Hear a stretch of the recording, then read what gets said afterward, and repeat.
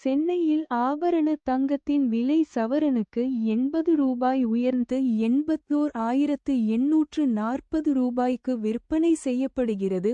ஆபரணத்தங்கத்தின் விலை ஒரு கிராமுக்கு 10 ரூபாய் உயர்ந்து 10,230 ரூபாய்க்கும்.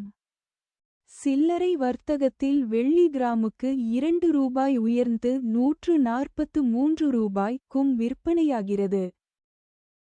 காந்தத்திற்கு காத்திருக்க வேண்டாம். உலகின் மிகப்பெரிய காந்த உற்பத்தியாளரான சீனா அதன் ஏற்றுமதிக்கு கட்டுப்பாடுகள் விதித்துள்ள நிலையில், சிம்பிள் எனர்ஜி என்ற நிறுவனம் காந்தம் பயன்பாடில்லாத மின்சார மோட்டாரை தயாரித்து வருகிறது. இதனால் மின்சார வாகன உற்பத்தியில் காந்தத்திற்காக காத்திருக்க வேண்டிய நிலை இருக்காது என்று அந்த நிறுவனம் தெரிவித்துள்ளது.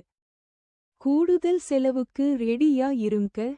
ஜிஎஸ்டி 2.0 அமலாக உள்ள நிலையில், ஸ்விக்கி, சொமாட்டோ உள்ளிட்ட நிறுவனங்கள் மூலம் உணவு ஆர்டர் செய்யும் போது உணவுக்கு 5% ஜிஎஸ்டி வரியும், அதோடு டெலிவரிக்கு 18% ஜிஎஸ்டி வரியும், உயர்த்தப்பட்ட வரி செலுத்த வேண்டும்.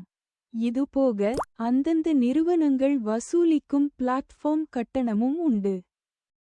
11 ஆண்டுகளுக்குப் பிறகு ஸ்பெயின் அணி முதலிடம்.